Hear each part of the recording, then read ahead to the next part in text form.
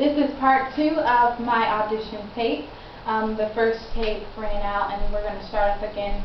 We were talking about skillful listeners, and we were talking about some traits that skillful listeners have that poor listeners do not have, to make sure that we are portraying the skills of a very good listener instead of that of a not so good listener. Okay, so skillful listeners. We were talking about how they hold their fire and they state their views calmly. They have learned the skill of managing their emotions in a very stressful emotional situation. Skillful listeners also focus on the content of the message instead of all the extra drama that comes with those that are emotional and stressful. They remain open-minded. They're not so closed in to their point of view. They are open to another person's point of view and allow that communication pathway to be open instead of it's my way or the highway. Skillful listeners also pay attention to nonverbal cues.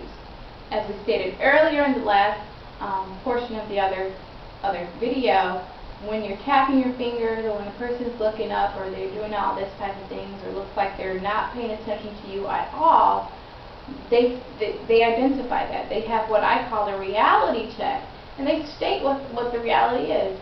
I see that you're tapping your finger. Do you have to go to the restroom, or is this not a good time to talk to you? They state what they see. Okay? They listen more than they talk. A poor listener, as we stated earlier, has a tendency to talk more than they listen. But a skillful listener listens more than they talk. Okay? So we identified some characteristic traits of those that are poor listeners and some characteristic traits of those that are very skillful listeners. Now we're going to be talking about how to reach a poor listener. Now, poor listeners are everywhere. They're in our work environment, they're at the grocery store, they're at the bank, they're in our homes.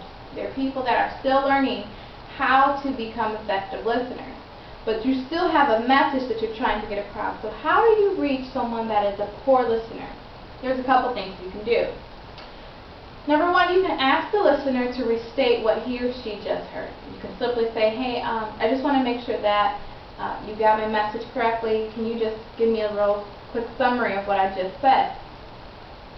You can ask clarifying questions. Are you saying that blank is blank? So when they're communicating with you, you can say, are you saying that? And basically just do the same thing that you asked them to do for you.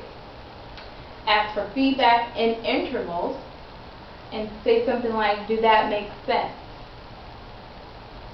Don't say, do you understand? A poor listener will often say, yeah, I understand, even when they don't. Okay, so you want to make sure you open up the dialogue or encourage that dialogue. So you want to ask questions that encourage dialogue, and that means open-ended questions instead of yes or no questions, because they will 9 times out of 10 respond yes or no. Okay?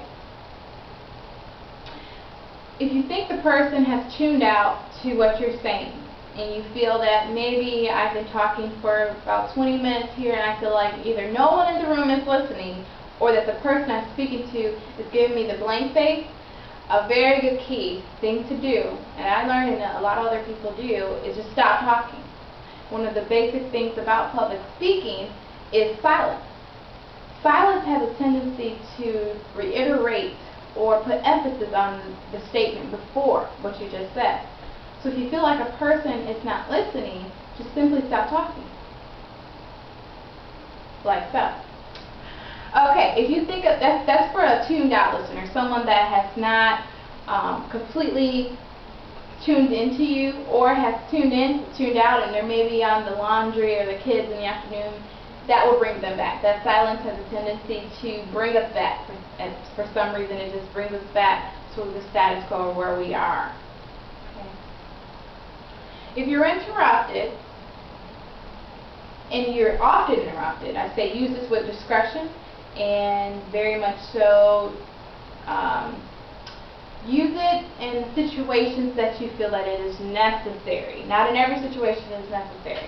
If they interrupt, you want to keep on going and say something like, let me just finish my thought, or let me just get this one last thought out, and then I'll let you have the floor.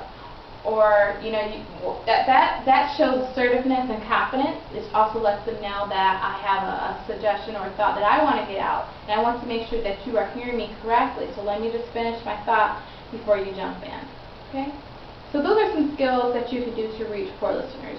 Now we're going to go into managing our emotions. Now we talked about earlier that a skillful listener is a person that has a tendency to keep their fire in, manage their emotions, and state their view calmly and straightforward to that person without pulling on the emotions. Now, how do you do that when you are emotional? When you feel that, oh, this situation is getting me angry, getting frustrated, or I'm very emotional right now, I don't need to talk about this.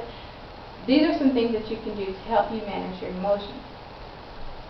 Simply count to 5 or 50 if you feel that you need it. If you feel that you need to count to 1, 10, 25, 30, do that. Take the time out that you need to make sure that you're managing your emotions, to get yourself together. Okay? Ask the question. That gives you a tendency to buy time so that when you do respond, you've calmed yourself down on the inside. And if you feel that you're really emotional, stressed out, frustrated, and angry, just say, hey, can I have a minute? I just need a minute. I'll get back with you. That's very important. Whenever you're communicating and you say, hey, can I get a minute, it's also very important to say, I will be back.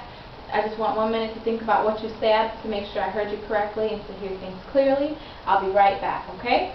That helps you go away, get all your emotions down to a level that now you can manage them, and go back, talk to the person about the content of the message instead about the emotional side. When your listening has now been, your skillful listening skills are now up, and you are now better able to hear what the person is saying. You also want to check your physical response. If you notice that you're emotional and that you are frustrated, we have to start breathing very deeply. You find that you're breathing very deeply, that means you're getting emotional about the situation, that you may need to take a retreat or calm down or really just bring yourself in and notice that first. So just being aware of our own emotions helps us as well. You can consciously relax your muscles. When you feel that you are tensed or emotional or frustrated, your muscles will tense up. Again, it's being aware of your own physical body language. What are you saying with your body language? That is key to making sure that you are managing your own emotions and making sure that your listening skills don't have any barriers in between them. Get a drink of water. Water is a great way just to take a minute and say, hey, let me just get a drink of water. And while you're getting that drink of water, you're telling yourself, okay, I got to calm down because I want to hear the message. I want to hear the content. It's not about the emotions. It's not about necessarily how I feel, but it's about the message or the content that we need to communicate on that level. Lastly, don't get defensive. If you have a tendency to get defensive when you're emotional, it's normal, okay? It's normal. We all have that moment. But how effective is that communication? When we're defensive and the other person is defensive, how effective can we communicate? We don't want to get defensive. It's a natural human emotion, but when you get defensive, barriers start to come up in our listening skills and our communication that causes us to have miscommunications, but not only miscommunications, but misunderstanding. So with that, there are a few things that we talked about today: our listening skills, the traits of a poor listener, the traits of a skillful listener, and then we talked about managing our emotions. So the next time you communicate at work or at home, you want to think about the things that we talked about today. Again, my name is Bridget Murphy, and I am auditioning to become a seminar leader for your organization. Thank you.